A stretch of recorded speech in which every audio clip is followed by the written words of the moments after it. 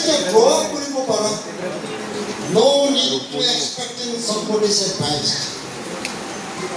সেইটো যেতিয়া তুমি কোনোবাই পাৰিব কিয় নোৱাৰিম, মই পাৰিম, এই পাৰিম যিটো বাক্যটোৱে তোমাৰ শক্তি বৃদ্ধি কৰে, আত্মআস্থাটো আত্মবিশ্বাসটোৰ শক্তিটো যেতিয়া বৃদ্ধি কৰে, তেতিয়া আনৰ পৰামৰ্শ আনৰ সহায় নালাগে।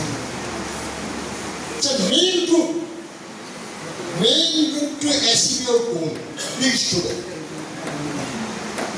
ছাত্ৰ ছাত্ৰী হিচাপে নিজৰ লক্ষ্যত উপনীত হ'বৰ কাৰণে সেইটোৱে মৌলিক উৎস। So, my friends, বন্ধু বান্ধৱীসকল, এইখিনি নিতান্ত প্ৰয়োজনীয় আমাৰ সামগ্ৰী। তাৰপিছত পেৰেলিলি, আৰু তাত দুটা এটা বস্তু প্লাছ আছে। পেৰেলি you forward your footstep, parallel with reading and writing. তুমি কেনেকৈ আগবাঢ়িব লাগিব? পঢ়া আৰু লিখাটো সমান্তৰালভাৱে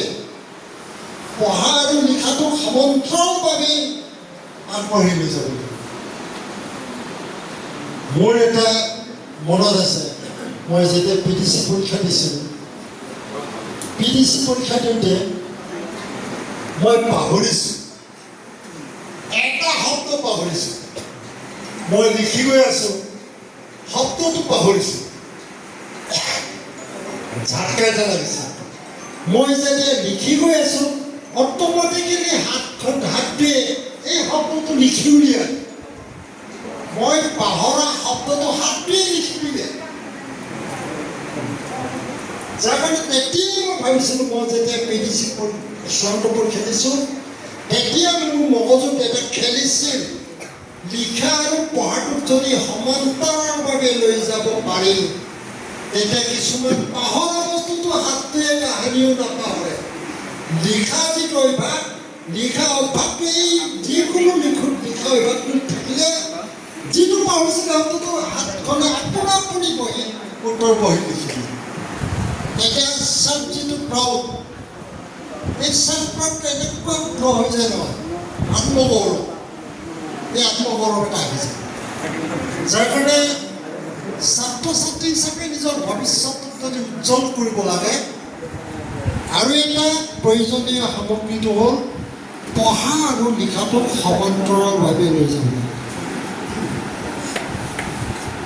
পঢ়া আৰু লিখাটোক সমান্তৰালভাৱে লৈ যাব লাগে। আৰু এটা বস্তু আছে, পঢ়ি যেতিয়া আমনি পোৱা, সম্পূৰ্ণ পঢ়াটো এৰি দিব লাগে। পঢ়ি আমনি পালে পঢ়াটো এৰি দিব পাৰে লাগে। সেইটো কাৰণে যে আমনি পোৱাৰ পিছত পঢ়ি থাকিব, তুমি চকুৰে কিতাপখন চাবা, এক্সাৰচাইজ বুকত যিখিনি লিখিছে সেইটো চাবা, মনটো কিন্তু ক'ৰবাত খেলি থাকে। যেতিয়া you don't give attention in reading, left of reading. যেতিয়া পঢ়িব মন নবহেগে, পঢ়াত বাদ পৰে। বাট তোমাৰ যিটো পষ্টমৰ্টেম, তাত পষ্টমৰ্টেমটোৰ প্ৰয়োজনীয়তা আছে। এই পষ্টমৰ্টেমটোৰ প্ৰয়োজনীয়তাটো হ'ল, মই ইমানলৈ পঢ়িলোঁ, তাৰপিছত মোৰ কিয় আমনি লাগে, যেতিয়া পষ্টমৰ্টেমটো কৰি ডিফেক্টিভটো ক'ত আছে, যে মোৰ যে আমনি লাগিছিল, ডিফেক্টিভটো ক'ত আছে? তুমি যেতিয়া পষ্টমৰ্টেম কৰা, এইটো পষ্টমৰ্টেম কৰাৰ লগে লগে ডিফেক্টিভটো তোমাৰ চকুৰ আগত ভাঙি যায়, তেতিয়াই তুমি মনটো বান্ধি দিব পাৰা, শক্তি এটা আহে যে মই পঢ়িম, কাৰণ মই আধা কৰি থৈছোঁ, মই সম্পূৰ্ণ কৰিবই লাগিব, সেইটো মোৰ দায়িত্ব। থিংকিং কাৱেলেবল, এইখিনি তোমালোকৰ আহে। আৰু এই শক্তিবিলাকে, এই সামগ্ৰীবিলাকেই হ'ল এজন ছাত্ৰ বা এজনী ছাত্ৰীৰ যিকোনো পৰীক্ষাত সুখ্যাতিৰে উত্তীৰ্ণ হোৱাৰ মৌলিক সম্পদ। যিকোনো বিষয়ৰ পৰীক্ষাত উত্তীৰ্ণ হোৱাৰ মৌলিক সম্পদ।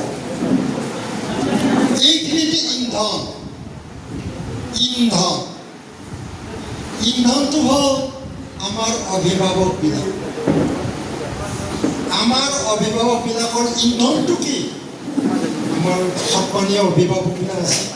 মংগেশন আমাকে যদি গেলো মই বিপাক পা লোকমান ছিল রূপে একদম বিপাকের বিধানকে বড় আবরমান বিধানকে ইন্ধনটো হ'ল অভিভাৱক। বড়ো সমস্যা নাই আমাৰ সমাজত মেক্সিমাম অভিভাৱকে নিজৰ সন্তানক স্কুল কলেজত পঠোৱাৰ পিছত দায়িত্ব শেষ। মাত্ৰ তেওঁ স্কুলত পঢ়াইছোঁ, কলেজত পঢ়াইছোঁ, টকা পইচাৰ যোগান কেনেকৈ ধৰিব লাগে ঠিক সেইখিনিতেই সীমাবদ্ধ থাকে। আমাৰ most of our guardians, আমাৰ অভিভাৱকবিলাকৰ এনে কিছু ত্ৰুটি আছে। নিজৰ সন্তানবিলাকক স্কুল কলেজত পঠোৱাৰ পিছত তেওঁ নিজেই পঢ়িব, মোৰ দায়িত্ব শেষ। কলেজত যদি পঢ়ে যিখিনি টকা পইচাৰ প্ৰয়োজন আছে সেইখিনি যোগান ধৰিব লাগে, তাতেই সীমাবদ্ধ থাকে। কাহানিও মোৰ ল'ৰাজন, মোৰ ছোৱালীজনী আমুক বিষয়ত আমুক বিভাগত পঢ়ি আছে, আপোনাৰ ওচৰে পাজৰে তেনে বিদ্যান কোনোবা যদি মানুহ আছে, কনচিয়াছ চিটিজেন যদি আছে, জিনুইন চিটিজেন যদি আছে, এডুকেটনিষ্ট যদি আছে, বুদ্ধিজীৱী যদি আছে, আপুনি অভিভাৱক হিচাপে আপোনাৰ দায়িত্ব কৰ্তব্যটো হ'ল আপোনাৰ সন্তানটোক ইন্ধনটো যোগাবৰ কাৰণে তেখেতসকলৰ পৰা গঠনমূলক পৰামৰ্শ আদায় লোৱা। আপোনাৰ সন্তানটোক যিটো বিষয়ত অধ্যয়ন কৰিব দিছে সেই বিভাগত অধ্যয়ন কৰি উত্তীৰ্ণ হৈ নিজ আত্মসংস্থাপনৰ ব্যৱস্থা কৰিব পৰা তেনে আপোনাৰ ওচৰে পাজৰে কোনোবা আছে নেকি? সেই ব্যক্তিবিলাকৰ লগত যোগসূত্ৰ ৰাখি গঠনমূলক পৰামৰ্শ আদায় লোৱা। আৰু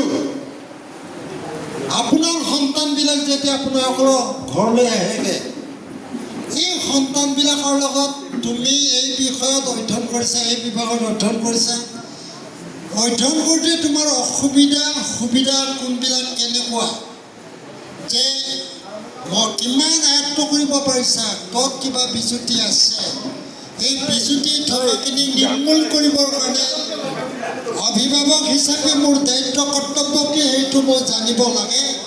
গতিকে তুমি এই বিষয়বোৰ অৱগত কৰিবগৈ লাগে। এই কথাষাৰ নিজৰ সন্তানবিলাকৰ পৰা সদায় আশা কৰি থাকিব লাগে, বিচাৰিব লাগে।